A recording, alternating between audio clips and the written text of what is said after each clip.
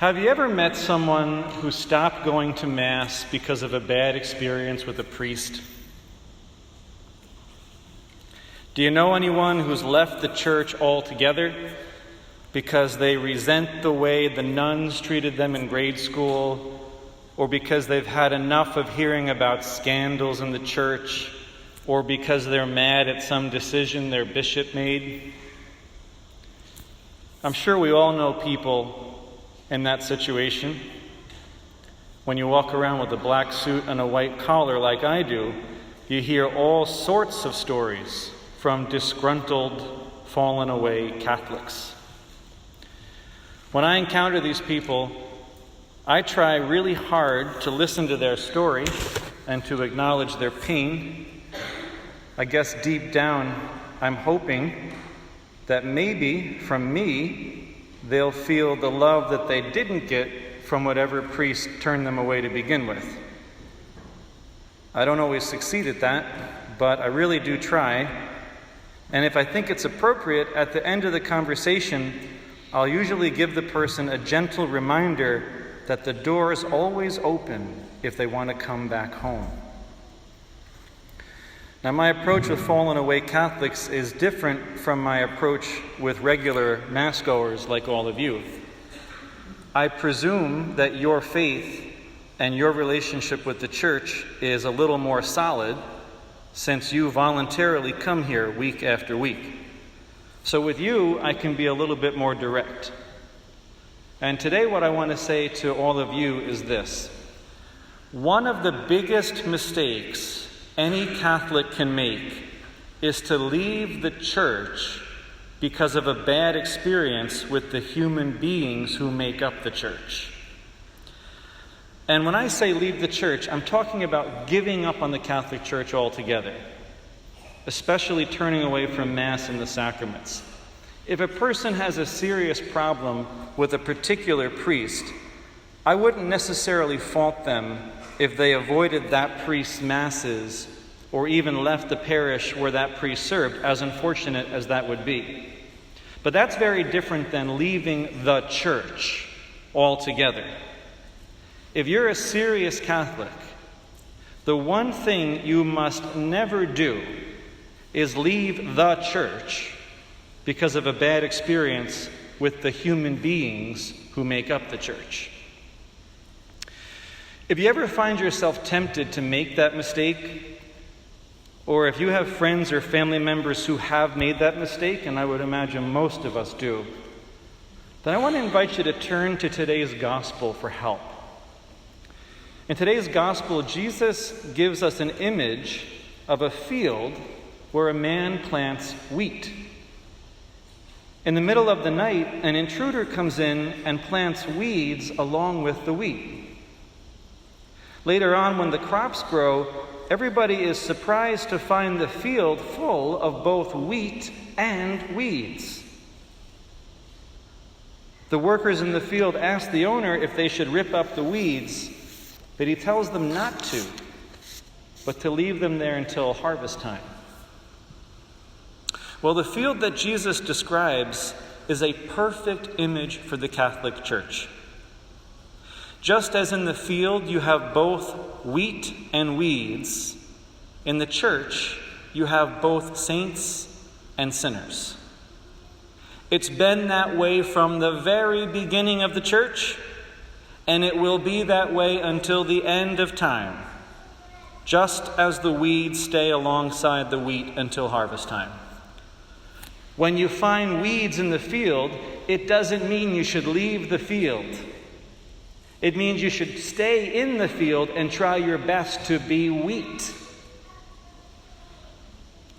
You know, I had the privilege of spending 2 years of my life studying church history at the Pope's University in Rome. For 2 years of my life, I did nothing but study the history of the Catholic Church. And at the same time, I taught a course on church history to the Sisters of Mother Teresa. If there was one thing I learned in those 2 years of intense study of church history, it's that the Catholic Church has always been a mixture of very good people and very bad people. That's true of lay people like you, And it's also true of the priests and nuns and bishops and cardinals and even popes. And that should come as no surprise to anyone. We priests are humans, just like you. We go through the same struggles and the same temptations that you go through. And on top of that, the devil goes after us even more than he goes after you, because he knows how much damage he can do when one of us has a fall. So it shouldn't be a surprise when you meet a priest who's a sinner. Yes, we're held to a higher standard, but no one should be surprised when we fail to live up to it. In 2,000 years of church history, there was never a time when everybody was holy, and there was never a time when everybody was evil. There has always been a mixture of saints and sinners in the Catholic Church, and there always will be. The very church that is home to those abusive priests, mean nuns, and corrupt bishops that we've known or read about in the newspapers is the exact same church that produced Mother Teresa, St. Francis of Assisi, Pope John Paul II, St. Patrick, Padre Pio, and all the other thousands of men and women we call saints. The same church. Wheat and weeds in the same field.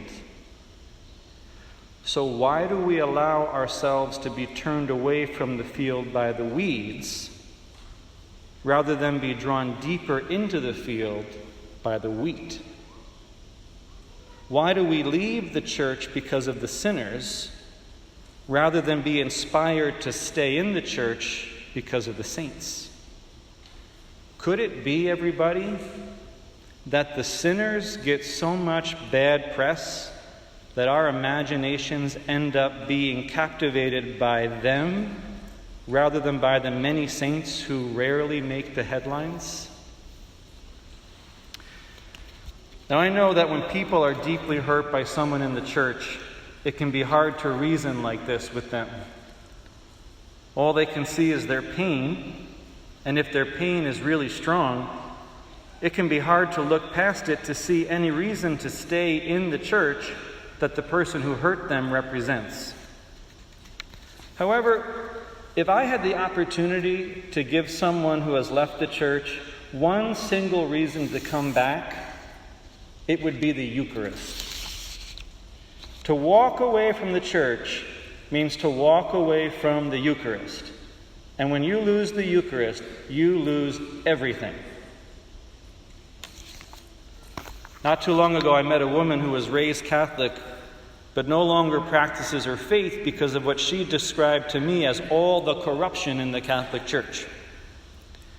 No matter how hard I tried, I couldn't convince her to come back to Mass and give the church another try. And I tried, but she wouldn't budge. However, at one point in the conversation, she finally admitted that she wasn't completely closed off to the idea of coming back.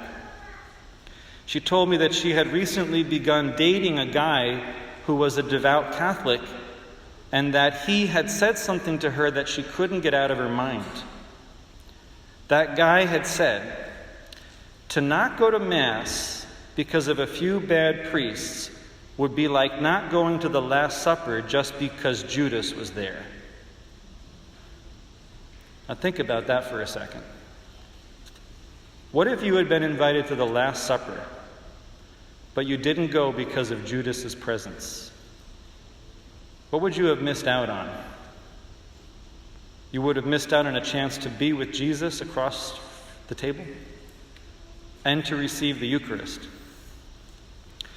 Well, anyone who stops going to Mass because of a bad experience with someone in the church misses out on the same thing.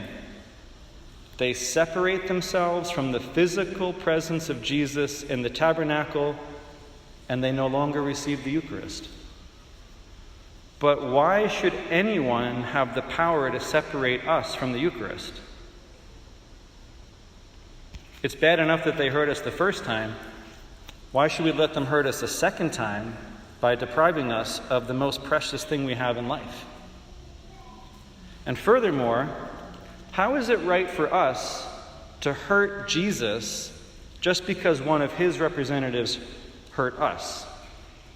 You know that unless we're sick or taking care of someone who's sick or have a dispensation in a pandemic like right now, every time we deliberately skip Mass, we commit a mortal sin.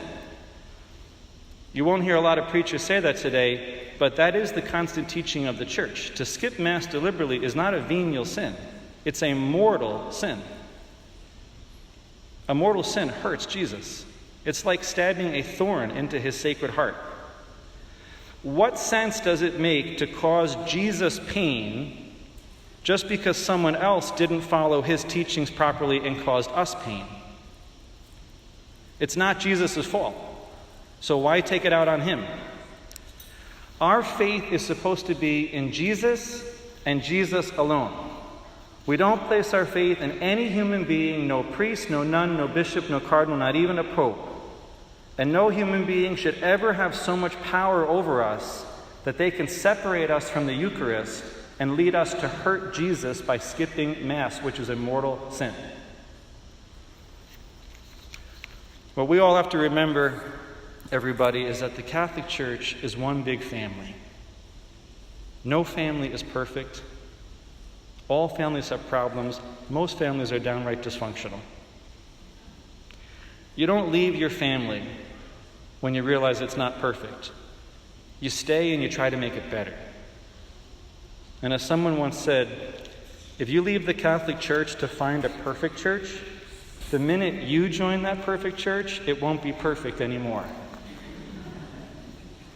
We're all a bunch of poor sinners. Married people, single people, priests and nuns alike, we're all sinners. Thank God, as Pope Francis likes to say, the church is not a hotel for saints. It's a hospital for sinners.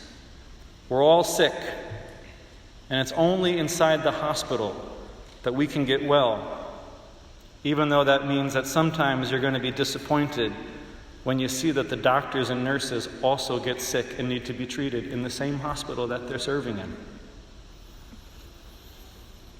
I'd like to leave you all this morning with a few lines by one of Pope Francis's favorite poets, Carlo Coretto.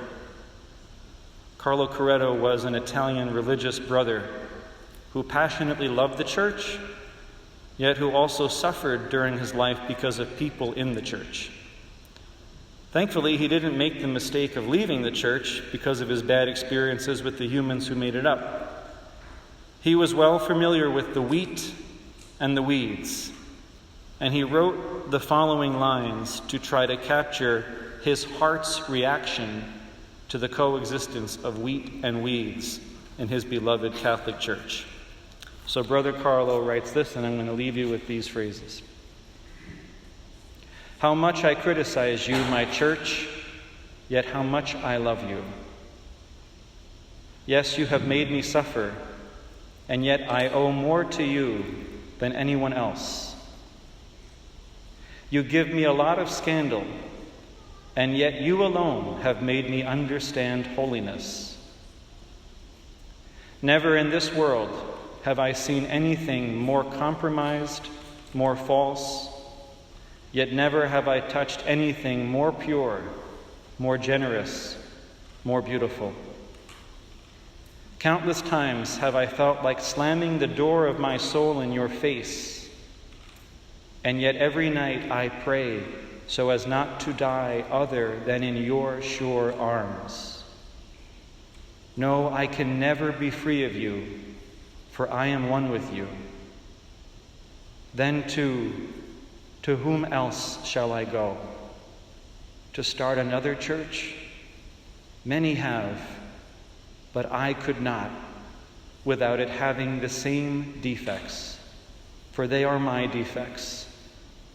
It would then be my church, no longer yours. None of that. I am old enough to know better.